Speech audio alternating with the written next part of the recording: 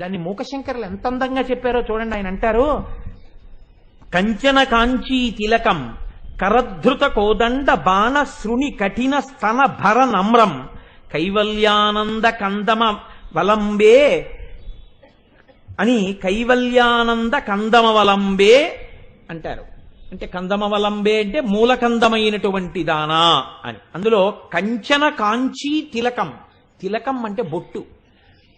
ఒక స్త్రీ ఒక 60 రూపాయలు ముతక చీర కట్టుకుంది, ఒక 20 రూపాయలు ముతక రవికి వేసుకుంది, మెళ్ళో ఒక పసుపు తాడు ఉంది, ఒక నల్లపూసల గొలుసు ఒకటి ఉంది. ఆమెకి ఇంక ఏ ఆభరణాలు ఒంటి మీద లేవు. కాళ్ళకి ఓ 2 మట్టెలు పెట్టుకుని ఉంది, సిగలో ఓ గడ్డి పువ్వు పెట్టుకుంది. ఇప్పుడు ఆమెని చూస్తే చాలా పేదరాలు. ఆమె ముఖానికి కాస్త పసుపు రాసుకుని ఓ బొట్టు పెట్టుకుని ఆమె అలా వస్తోంది. ఇంకొక ఆమె కోట్లకి పడగలెత్తినటువంటి ఐశ్వర్యవంతురాలు, ఒంటి మీదంతా నగలు పెట్టుకుని ఉంది, కానీ ఆవిడికి బొట్టు ఒక్కటే లేదు. ఇప్పుడు మీరు ఇవాళ శ్రీ పంచమి, వసంత పంచమి, ఒక్క తాంబూలం ఇచ్చుకుందామంటే ఇద్దరిలో ఎవరిని పిలుస్తారు లోపలికి? బొట్టున్న ఆవిడనే పిలుస్తారు. ఎందుకు పిలుస్తారు? తాంబూలం పుచ్చుకునే అధికారం ఆవిడకి ఒక్కరికే ఉంది. ఎందుకుంది? ఆవిడకి బొట్టు ఉంది.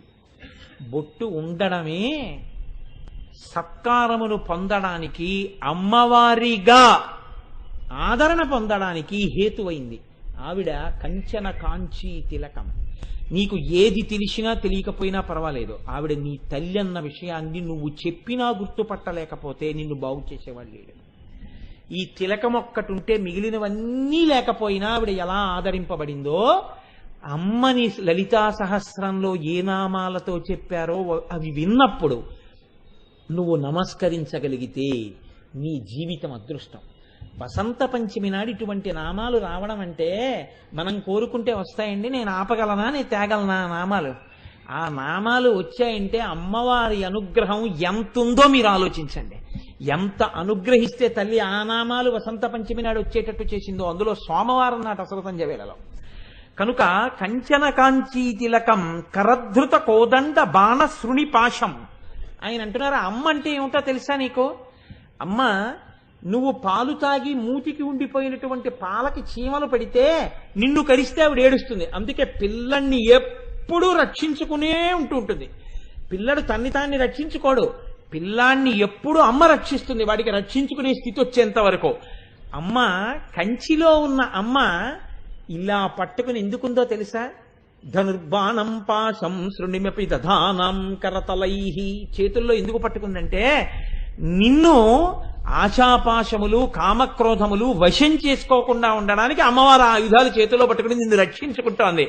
అమ్మ పిల్లాన్ని గబుక్కుని ఏ కుక్కో కరిచేయకుండా బాగా ఎత్తుగా ఉయ్యాల్లో పడుకోబెట్టినట్టు, దోమలు కుట్టకుండా గొడుగు పెట్టినట్టు, వాడికి చలియకుండా ఒంటి మీద మెత్తటి బొంత కప్పినట్టు, చిన్ని ముక్కుకి అడ్డు రాకుండా కంఠం కింద నుంచి బొంత వేసి చెవుల్లోకి ఏవీ వెళ్లకుండా ఇలా చెవులు మించి బొంత కప్పి మెత్తగా ఓ పక్కకి ఓరగిలా పడుకోబెట్టి చెవు ఇలా మడత పడిపోయిందేమో అని జాగ్రత్తగా ఇలా చూసుకుని ఆ చెవుని ఆ మెత్తటి పరుపు ఆ తలగడ మీద పడుకోబెట్టి వాడు ఒకవేళ మూత్ర విసర్జన చేసేస్తాడేమోనని ఆ నీటిని పీల్చగలిగినటువంటి పొడిబట్ట ఒకటి వాడి యొక్క మొల దగ్గర వేసి పడుకోబెట్టి అప్పుడు పని మీద వెళ్ళి అరగంటకోసారి వచ్చి పిల్లాడి వంక చూసుకున్నటువంటి తల్లిలా ఆ కంచన కాంచీ తిలకం చేతిలో చెరుకు విల్లు, 5 బాణాలు, ఒక చేతిలో అంకుశం, ఒక చేతిలో ఇవి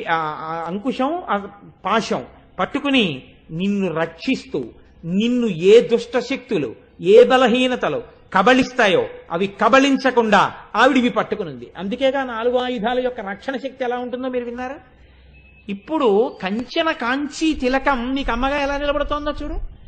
ఆవిడ ఎంత పెద్ద మాట వేసేశారండి మూకశంకరులు. నిజంగా ఇది అమ్మతనాన్ని అనుభవించడం అంటే. కఠిన స్తన భర నమ్రం, స్తనములు బరువైన స్తనములున్న అమ్మ వంగి ఉంది అన్నారు. పసిబిడ్డ తాను లేచి నిలబడి పాలు తాగడం అమ్మ దగ్గర. అమ్మ బిడ్డన్నే ఒళ్ళో పెట్టుకుని తానే వంగి స్తన్యమును వాడి నోట్లో పెడుతుంది. అమ్మ వంగి స్తన్యమును నోట్లో పెట్టింది కాబట్టి నువ్వు బతికావు, లేకపోతే నీ బతుకే లేదు. నీకెలా తెలుసు పాలు తాగడం? నీకు రాదు. కాబట్టి ఉత్తర క్షణంలో నువ్వు పీనుగే. నువ్వు బతికావంటే ఆవిడ వంగింది కాబట్టి బతికావు. కంచన కాంచీ తిలకం, వంగింది స్తనములు కనపడేటట్టు. ఇప్పుడు నీకు అమ్మతనం కనపట్టల్లా స్తనాల్లో అని అడిగారు మూకశంకర్లు. ఈ పైన చెప్పిన నామాలన్నింటినీ ఎంత మర్యాదగా అనుసంధానం చేశారో చూడండి.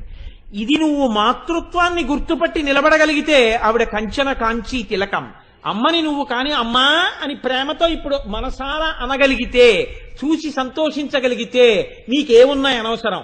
ఒక్క బొట్టున్న ఆడదానికి ఎంత గౌరవమో ఏవీ లేకపోయినా, అన్నీ ఉన్నా బొట్టు లేని వారికి ఎలా గౌరవం లేదో అలా ఎన్నున్నా నీకు అమ్మని గౌరవించడం చేత కాకపోతే, కంచన కాంచీ తిలకానికి నమస్కారం చేయడం నీకు చేత కాకపోతే నువ్వు బొట్టు లేనివాడి. నీకు నమస్కరించడం వస్తే నీకు ఏమీ అక్కర్లేదు, అదొక్కటి చాలు నిన్ను రక్షించడానికి. ఆయుధాలు పట్టుకుని నీకు పాలిచ్చి కాపాడుకోవడానికి ఆవిడ వంగుతోంది. ఇదిరా అమ్మ గొప్పతనం అంటే అన్నారు. లలితా సహస్రాన్ని అనుభవించిన మూకశంకరులు అమ్మవారిని చూసి అన్న మాటలవి.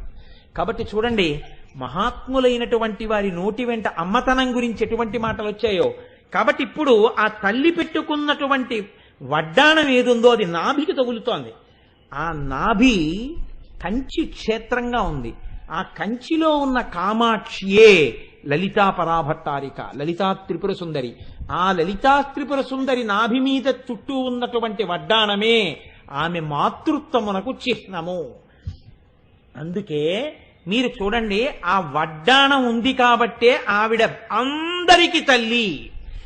ఏ బిడ్డడు ఏ తల్లి కడుపులోంచి వచ్చినా నాభీబంధం లేకుండా పుట్టినవాడు లోకంలో లేడు. ఇవాళ అమ్ముందా లేదా వేరే విషయం, కానీ వాడు ఈ లోకంలో ఉన్నాడు. వాడికి ఒకనాడు నాభీబంధం ఉంది, ఏ అమ్మ కడుపులోనో పడుకున్నాడు. వీడి బొడ్డుకి అమ్మ యొక్క ప్రేగుతో ముడిపడింది. ఆవిడ తిన్నన్నం బొడ్డులోంచి వెళ్ళింది కాబట్టి వీడు బతికాడు.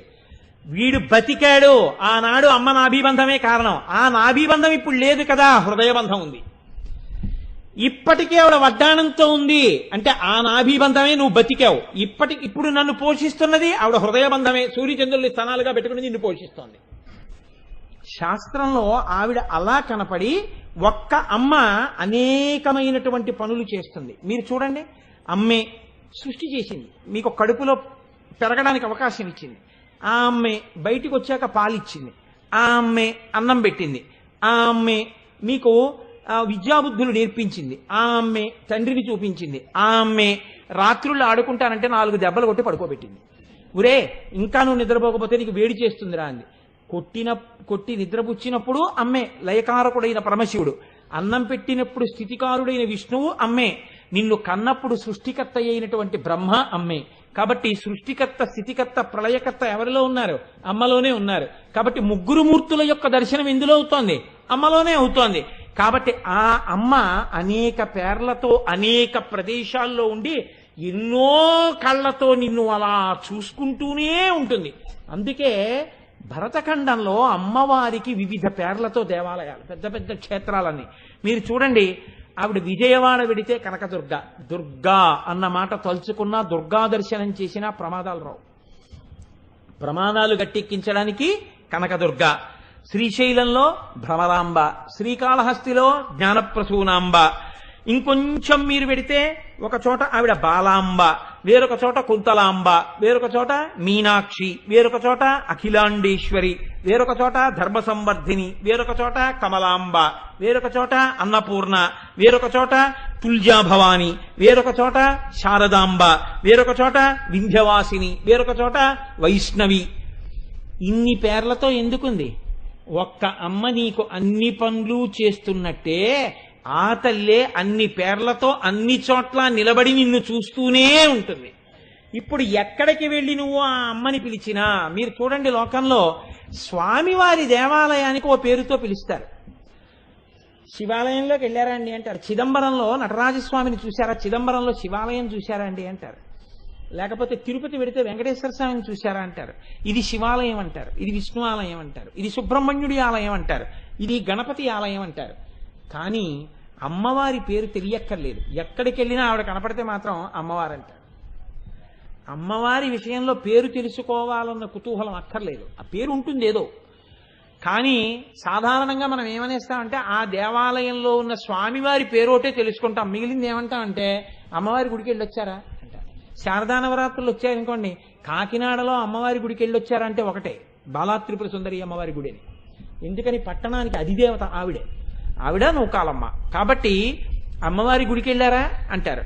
గుళ్ళోకి వెళ్ళి అమ్మవారి గుడికి వెళ్ళారా అంటే ఆ గుళ్ళో ఏ దేవత ఉన్నా సరే ఆవిడ అమ్మవారే. కాబట్టి అమ్మ అన్న పేరు అసలు పేరు, మిగిలినవి ఆవిడ ప్రకటించేటటువంటి విభూతి రూపంగా ఉంటుంది. ఉండి ఎక్కడెక్కడ ఉన్నా అమ్మగా ఉంటుంది. ఈ అమ్మతనంతో ఇన్ని రూపాలతో ఉండడం, ఇన్ని పేర్లతో ఇన్ని రూపాలతో మిమ్మల్ని రక్షించుకోవడమే.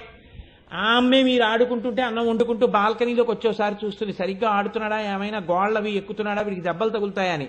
అలా చూసుకుంటున్నట్టుగా చూసుకుంటున్నప్పుడు ఆ తల్లి విశాలాక్షి ఇంత కళ్ళతో ఎక్కడున్నా రక్షించుకుంటోంది. ఆ తల్లే వాడు పిల్లాడు పుస్తకం పట్టుకుని అమ్మలా వెళ్ళిపోయింది కదా అని మెల్లిగా పేపర్ తీసి ఎవరెంత స్కోరు కొట్టారో చదువుకుంటున్నాడు అనుకోండి, ఆ అమ్మే వచ్చి చెవి మిలిపెట్టి చాలే దిక్కుమాల క్రికెట్ 365 రోజులు ఉంటుంది మిమ్మల్ని పాడు చేయడానికి అని వీపు మీద 2 దెబ్బలు కొడుతుంది. ఇప్పుడు కొట్టేది ఎందుకు కొట్టింది? వాడు వృద్ధిలోకి రావడానికి. ఇప్పుడు ఆవిడ అఖిలాండేశ్వరి పరిపాలకురాలు. ఆ అమ్మే నాన్నగారి పక్కన కూర్చుని ఏమండి మన ఇద్దరం సినిమాకి వెడదామని ఎంతో సంతోషంగా మాట్లాడుతూ ఉంది. ఇప్పుడు ప్రసన్నురాలైన నా అమ్మ దగ్గరికి వెళ్ళి అమ్మ నేను కూడా సినిమాకి వస్తానమ్మా అని అడగడం తేలిక, నాన్నగారిని అడగడం భయం. ఆయన ఏ స్లిప్ టెస్ట్ లో మార్కులు బాగా రాలేదో చెప్తాడు అప్పుడు. అందుకని నా అమ్మని అడగడం తేలిక. అందుకని ఇప్పుడు నాన్నగారి పక్కన ప్రసన్నురాలిగా కూర్చున్న అమ్మ శివకామ సుందరి. నీకు ఒక్కొక్క పేరుతో ఒక్కొక్క అనుగ్రహం ఇస్తోంది. ఆ అనుగ్రహం ఇచ్చే పేరు నీకు తెలియకపోవచ్చు, పేరు తెలియకపోయినా ఆవిడ అమ్మే. కాబట్టి ఇన్ని పేర్లతో ఉన్నది అమ్మతనంతో ఉంది. ఆవిడ అమ్మతనంతో ఉంది అన్న ప్రధాన నిర్ధారణ ఈ అమ్మ అన్న మాట మాత్రం రేపు పేరులో పోదు. ఈ అమ్మ అన్న ప్రధానమైన పేరు వడ్డాణంతో ఉంది, నాభిబంధంతో. ఇది కంచిలో ఉంది. అందుకని ఆ వడ్డాణం ఆవిడ యొక్క అమ్మతనాన్ని తెలియచేసేటటువంటి పరమ ప్రఖ్యాతమైనటువంటి